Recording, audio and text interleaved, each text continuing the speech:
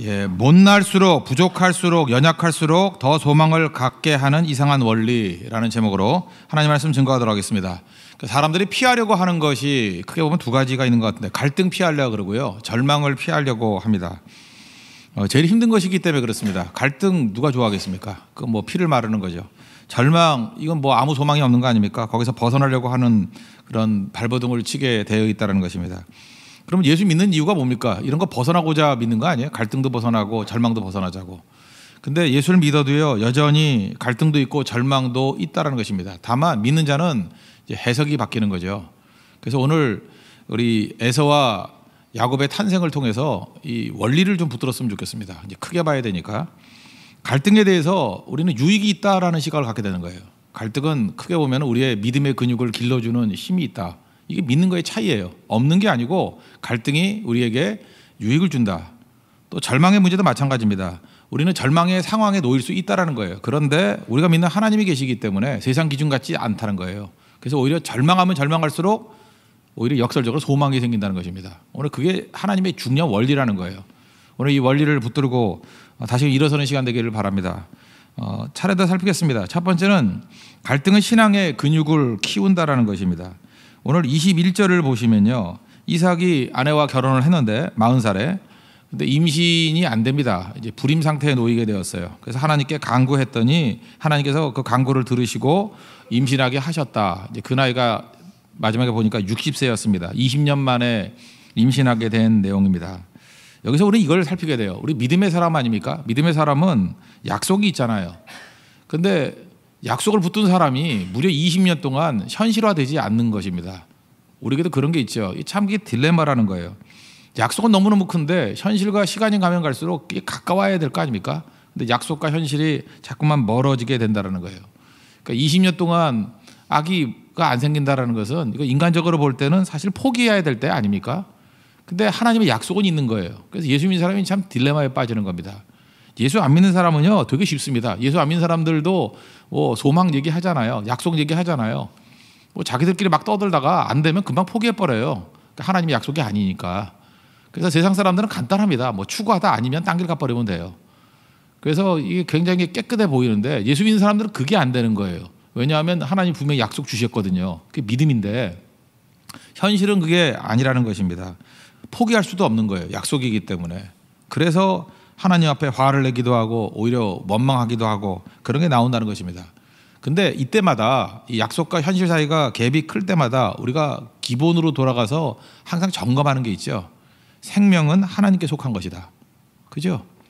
생명은, 내 생명도 하나님께 속한 것이고, 약속으로 올 그 이삭이 약속으로 얻을 자녀도 그 생명이 하나님께 속한 것이잖아요. 이거 붙든다 그러면 흔들릴 수가 없죠. 생명과 존재가 하나님 손 안에 있다. 그래서 우리는 갈등이 생길 때마다 무엇이 강화가 되느냐 하면은 하나님의 주권이 강화가 되는 거예요. 저도 이게 신앙생활에 보면 그래요. 이렇게 갈등이 많을수록 뭐 이제까지 이것저것 따지던 인간적인 지혜들이 막 커 있었거든요. 그게 다 사라져버리고, 그렇지, 하나님의 주권에 달린 거지. 하나님 손에 달린 거지. 내가 지금 뭘 의지하고 뭘 분석하고 있나. 그래서 믿음이 굵직굵직해집니다. 모든 주권이 하나님께 있다. 모든 생명이 하나님께 있다. 지금 사실은 그 이삭의 믿음 가운데도 20년 동안의 불임 기간 가운데 그가 배운 게 뭡니까? 생명은 하나님께 속한 것이라는 거예요. 하나님의 약속은 반드시 이루어진다는 거예요. 주권은 하나님께 있다. 그래서 이삭인 겁니다. 우리 인생도 마찬가지예요. 하나님께서 우리를 잔치기를 키우기를 원하지 않습니다. 큰 믿음의 사람이 되기를 원하시는데, 믿음의 사람은요, 갈등에서 나오는 겁니다. 갈등 속에 약속 붙들 때 그때 승리하게 된다는 거예요. 이게 21절은 이게 이삭의 기도고요. 그 다음에 두 번째, 그 보면은 또 리브가의 기도가 나와요. 리브가가 이제 임신을 했습니다. 근데 아들들이 그의 태 속에서 서로 싸운대요. 저는 이제까지 세상에 어떤 기록을 봐도 뱃속에서 싸우는 애들은 처음 봤습니다. 그죠? 이게 도대체 듣지 못한 얘기예요. 이게 평범하지 않은 얘기죠. 어쨌든 간에 리브가는 뱃속에서 뭐 심한 정서적으로 육체적으로 고통을 느꼈던 것 같아요. 그러니까 임신하고 난 다음에 뭐 맨날 배가 아픈 거예요. 뭐 치고받고 싸우는 느낌이 있고, 엄마는 알지 않겠습니까? 뭔가 정상 상태가 아니에요. 그러니까 정서적으로 육체적으로 어려운 상태에 놓였다는 것입니다. 그래서 그 문제, 이게 풀리지가 않잖아요. 그래서 내가 어찌할꼬 하면서 하나님께 물었답니다. 이것도 갈등이죠. 우리 인생이 그렇습니다. 문제 하나가 풀리면 다 끝나는 게 아니라 문제가 끝나면 또 문제가 생기고요. 갈등이 끝나면 또 갈등이 생긴다는 거예요. 근데 하나님의 관심은요, 이 갈등을 싹 풀어주는 데 있는 게 아니라 그 갈등 속에서 반응을 원하는 거예요. 그 갈등 속에서 리브가가 하나님 앞에 나가서 또 기도하지 않습니까? 기도하면서 지금 남편 이삭도 아내 리브가도 믿음의 근육이 자라고 있는 거예요. 그 자녀 그냥 얻는 게 아니고요, 기도로 얻은 자식이에요. 그게 이삭이고요. 리브가도 뱃속에서 지금 아이들이 다투는 걸 통해서 기도 안 하고는 풀리지 않는 어머니가 되는 거예요. 이게 도대체 무슨 뜻입니까? 나중에 답도 없잖아요. 네 뱃속에 뭐 두 민족이 있고. 이 어려운 과정을 통해서 하나님의 놀라운 그 약속의 내용들이 공개가 되고 있어요. 여러분 적당히 믿고 싶습니까? 그냥 아무것도 모르고 잘 먹고 잘 사는 거, 무엇을 먹을까, 무엇을 입을까, 무엇을 마실까, 그러고 살고 싶습니까? 그건 갈등 없어도 돼요. 근데 우리가 풀리지 않는 갈등 속에서 하나님의 비밀이 우리에게 알려지는 거예요. 하나님의 놀라운 뜻이 알려지게 되는 거라고요. 그 갈등 속에 있는 사람이 기도하는 가운데 하나님께 얻었던 내용들입니다. 그래서 믿음의 근육이 자라고 깊어지는 것입니다. 그래서 이스라엘이 돼가는 거예요. 하나님께서 우리에게 그거를 원하신다는 것입니다. 우리 성도들 가운데 이런 예가 뭐 하나 없을까 생각해 보니까 그래요. 어떤 성도가 계셨는데 몸이 되게 약했어요. 몸이 약하니까 맨날 기도 제목이 그냥 몸 좀 강하게 해달라고, 맨날 코피 흘리고 뭐 제대로 못 걷고 그런다고. 그래서 자기가 회사를 갈 때에도 이게 지하철 타고 가기가 너무 힘들대요. 이게 힘이 쫙 빠져버린대요. 그래서 택시를 타는데 자기 월급에 비해서 택시비가 너무 많이 나와가지고 이게 도대체 택시를 타러 회사를 다니는 건지 먹고 살러 다니는 건지 잘 모르겠다. 그러면서 이제 더 그 수입도 늘게 위해서 뭐 자동차를 원하는 것 같더라고요. 차를 좀 사기를 원합니다. 그러니까 이제 택시가 아니라 차 사가지고 좀 그 건강하게 다닐 수 있었으면 좋겠습니다. 기도했습니다. 기도했는데 오히려 더 어려워졌어요. 차를 못 살 상황이 되고 택시도 못 탈 상황이 돼버렸어요. 너무 가난하게 돼버린 거예요. 예수 잘 믿는데 왜 이런 일이 벌어져요? 그래서 그 다음에는 할 수 없어가지고 교통비 아끼느라고 자전거를 사서 자전거를 타고 다니더라고요. 여의도 한 2배 거리거든요. 예, 그 정도. 그러니까 뭐 자전거 탈 수 있겠죠. 근데 하나님께서 그의 기도를 응답 안 해주셔가지고 한 3년 넘게 계속 그 상태에 머무르게 만드시더라고요. 제가 만나가지고 그 형제 넓적다리를 만져보니까 근육이 보통 근육이 아니에요. 건강해졌어요. 그 형제 원래 기도 제목이 뭐였는지 알아요? 약한 거였는데 건강해졌어요. 그러고 난 다음에 하나님께서 그의 또 직장의 문제도 풀어주시겠죠. 근데 그건 안 풀어주시더라, 아직까지도. 그건 잘 모르겠는데 제가 이걸 보면서 이런 느낌을 받았습니다. 물론 하나님께서 나중에 풀어주시겠죠. 그의 갈등 속에 있는 문제가 이게 허벅지가 회복되는 문제로 끝나겠습니까? 아니죠. 예기치 않은 문제를 통해서 제가 볼 때 삶의 더 많은 부분들을 하나님이 어루만져 주시고 강화시켰다고 생각을 합니다. 그 자전거 타고 다니면서요, 뭐 동호회 만나서 전도도 된다 그러고 이제 그룹도 생기게 되고 그의 삶이 굉장히 풍성해지는 것을 느끼게 됐습니다. 아직은 과정이기 때문에 결론은 잘 모르겠어요. 물론 해피엔딩으로 끝날 거예요. 근데 하나님께서는 그런 과정을 통해서, 갈등을 통해서 그의 근육을 강화시키더라는 것입니다. 우리 인생 가운데 계속된 갈등이 있고 다툼이 있고 깨짐이 있고 그렇습니다. 그래서 이삭의 아들 야곱이 이스라엘 되는 거예요. 그 욥기 표현에 의하면 정금같이 되는 거죠. 그래서 이런 갈등 속에서 우리가 또 뭘 깨달는지 하면은 내 안에 해답이 없다는 걸 깨달아요. 그래서 하나님 더 의지하게 되고. 잘 보세요. 그 이삭도 그렇고 리브가도 그렇고 이게 말끔하게 갈등이 해소가 되는 게 아니에요. 근데 그 갈등 때문에 갈등이 기도가 됐고요. 그 난처한 질문이 기도가 됐고요. 그 다음에 그를 풍성하게 만들었다는 것입니다. 오늘 여기서 이걸 붙들어야 돼요. 그래서 하나님께서는 우리에게 건강함을 주시고 정금 같은 믿음을 주시고 근육을 주시기를 원하는 거지, 그냥 평탄하게 누워 있어서 편하게만 해서 일하지 못하는 연약한 사람 만드는 게 목적이 아니라는 것. 이게 원리입니다. 원리. 그래서 창세기에 나오는 족장들의 이야기를 보면 계속 갈등이 계속됩니다. 근데 그러면서 그들이 하나님의 사람이 되어가고 있어요. 우리도 예외가 아닙니다. 여러분들 갈등 속에서 하나님께서 신앙의 근육을 길러주시는 그런 유익을 다 누릴 수 있는 우리 믿음의 종 되기를 바랍니다. 어떤 가정 얘기, 우리 교회 얘기는 아닌데 그 부부가 이렇게, 요즘엔 또 부부도 싸움도 많이 하고 맨날 이혼한다 뭐 난리 부리지 않습니까? 근데 성격이 너무 안 맞더래요. 남편하고 아내하고 뭐 추구하는 바도 틀리고 너무 힘들어서 그 기도하라고 이제 권면을 했답니다. 같이 한 달 동안 기도하자. 그래서 이제 기도했겠죠. 기도했는데 한 달 지나고 난 다음에 관계가 좋아졌다라는 거예요. 특별히 여자분의 마음이 풀렸어요. 이렇게 맺힌 게 풀려버렸어요. 되게 그 여자들이 문제도 있어요. 요즘에 그죠? 여자들이 이게 맺힌 게 안 풀려가지고 가정이 안 되는 경우도 많습니다. 옛날엔 제가 남자라서 그런 게 아니라 옛날엔 남자들의 뭐 문제가 많았는데 요즘에 여자들의 문제가 비율적으로 50%를 더 넘는 것 같아요. 못된 여자들, 그죠? 맺힌 게 있는 거. 근데 이 가정도 그랬던 것 같아요. 근데 이게 어떻게 풀렸냐 하면은 기도에서 그 가정의 문제가 풀린 게 아니에요. 근데 여자분의 마음이 왜 풀렸냐 하면은 계속해서 남편이 간절히 기도하는 모습을 보니까 불쌍해 보이더래요. 아, 저렇게 풀려고 그러는구나. 그러니까 그 남자는 기도해도 변화가 안 된대요. 그 기도 너무 믿지 마세요. 기도해도 변화 안 되는 게 있어요. 여자가 불만인 게 기도한다고 변화된 게 아닌데 그렇게 기도하면서 매달리는 모습을 보니까 맺힌 게 풀리더래요. 저는 그 얘기를 들어보면서 이런 생각을 했습니다. 우리 인생이 마찬가지예요. 응답이라는 게 내가 부르짖고 원하는 거를 얻는 것도 있지만 기도하는 모습 자체가 응답이에요. 그걸 통해서 기도하는 사람이 되잖아요. 그죠? 변화가 되는 거죠. 제가 볼 때 이 가정도 말끔하게 풀린 문제는 아니지만 이게 신앙의 근육이 생겼다고 생각합니다.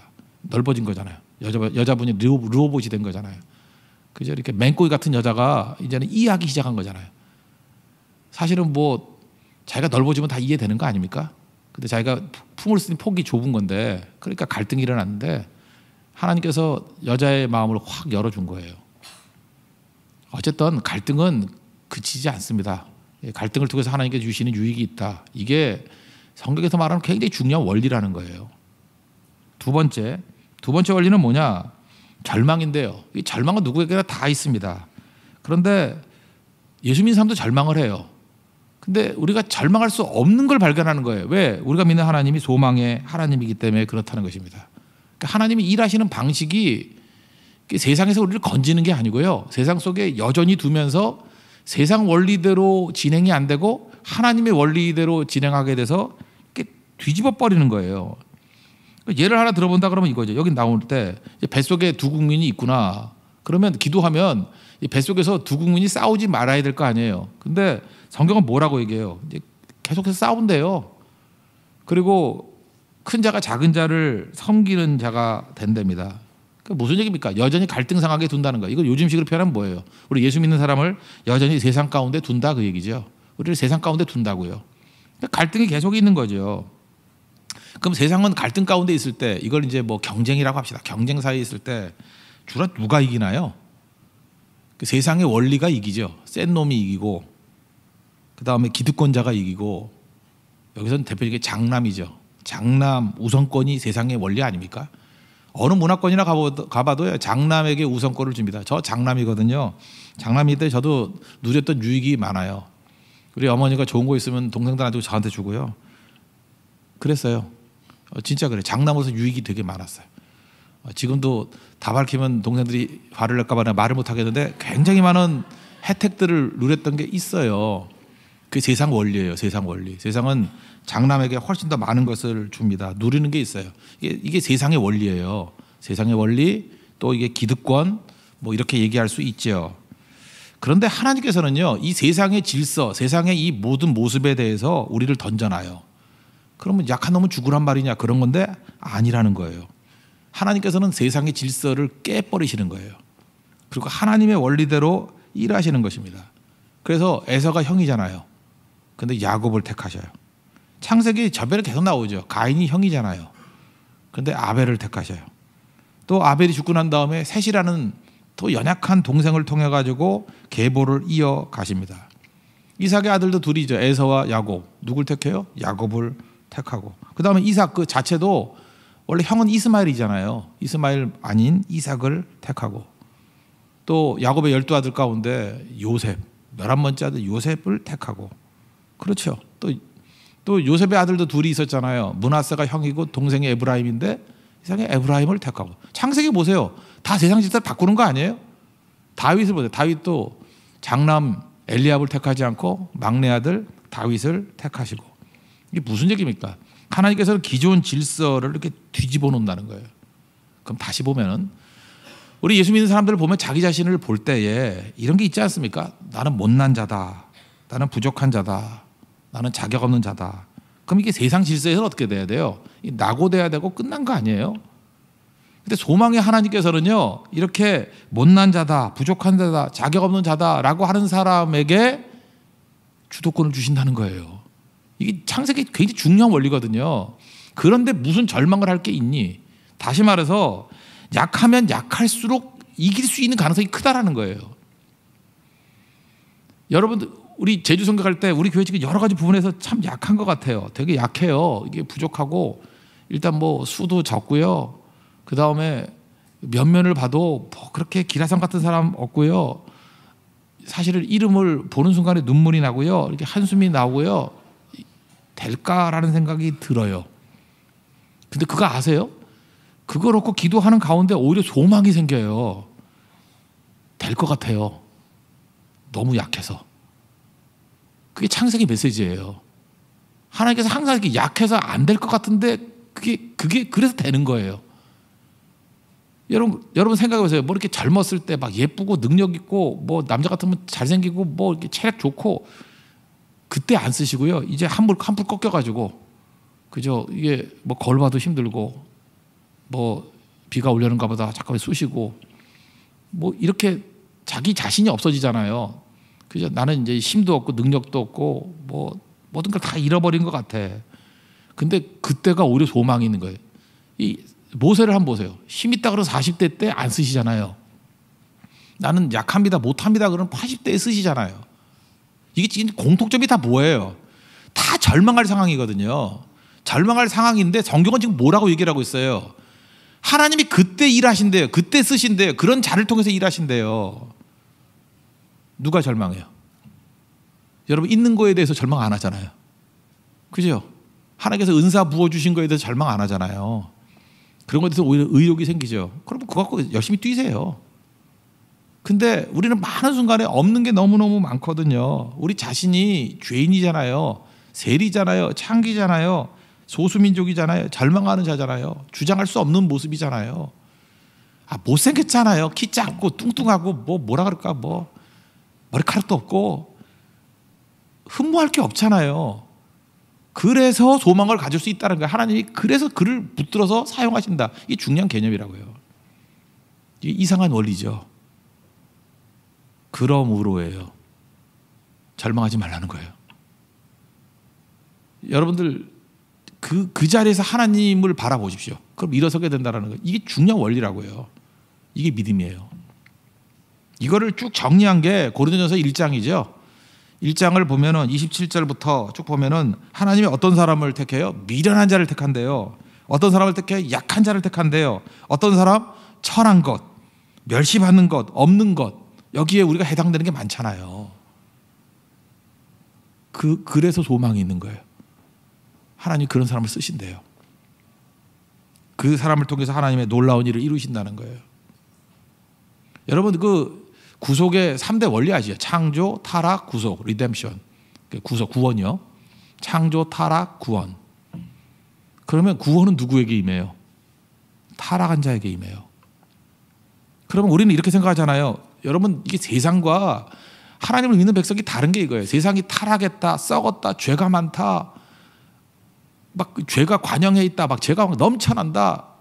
그러면 우리는 뭘 느껴요? 그 세상에서는 그러니까 망해야 되고 저놈은 죽여야 되고 저건 감옥에 쳐넣어야 되고 이건 뭐 불질러야 되고 그렇게 끝나잖아요. 근데 성경은 뭐라 그래요? 타락하고 타락하고 타락했다. 죄가 많고 죄가 많고 죄가 많다. 소망 없고 소망 없고 소망 없다. 그래서 예수님이 오셔서 건져주신다. 그거 아니에요? 그거 아닙니까? 왜 바리새인에게 소망이 없어요? 죄 없다 그러니까 소망이 없어요. 왜 삭개오라든지 이 창기 이런 사람들에게는 소망이 있어요? 너무 타락했으니까 이제 구원받을 것밖에 남은 게 없잖아요. 이게 성경의 메시지라고요. 그러면 우리가 내가 지금 죄 가운데 타락에 있어서 도저히 소망이 없습니다. 나는 뭐 밤낮에 알코올 중독이고 담배도 못 끊고 마약도 못 끊고 마약은 얘기 안 할게 잡혀갈까 봐 뭐 그런 거 못하고 뭐 있거든요. 우리 교회도 있어요. 어떡합니까? 어떡합니까? 그러니까 그게 소망이라고요. 그래서 주님이 구원의 손길이 오실 거라고요. 우리 건져 주실 거라고요. 이게 메시지예요. 그러니까 예수 믿는 사람 무서운 거죠. 갈등이 오면은 흔들리지 않는 믿음 생긴다고 좋아하고요. 하나님이 계시기 때문에. 그리고 우리는 약하고 부족하고 뭐 없어요. 그래서 오히려 소망을 갖는 거예요. 그래서 여러분들이 힘들면 힘들수록, 이번에도 제주 선교팀 갈 때 약한 팀이면 약한 팀일수록 오히려 소망을 가지세요. 우리 그런 거 많이 느끼죠. 대만 선교 갈 때도 뭐 팀 멤버가 너무 좋아요. 그럴 때 별 볼 일 없어요. 맨날 분열이 일어나고. 근데 이거 갖고 선교가 될까요? 뭐 18기가 제일 어려요. 뭐 우리 노년팀인가 봐요. 근데 거기가 오히려 은혜가 있어요. 거기서 변화가 나타나고. 그 왜 그러죠? 그 약한 자를 통해서 일하실 하나님의 능력이 있기 때문에 그렇습니다. 그래서 오늘 약함 때문에 약함은 절망의 주제가 아니에요. 하나님의 구원의 손길이 임하는 장소라고요. 오늘도 그 소망이 하나님 붙들고 일어서는 믿음의 종되기를 축원합니다. 예, 모두 자리에서 일어나겠습니다. 지금 이곳에 임하소서 채워주셔서 찬양하겠습니다.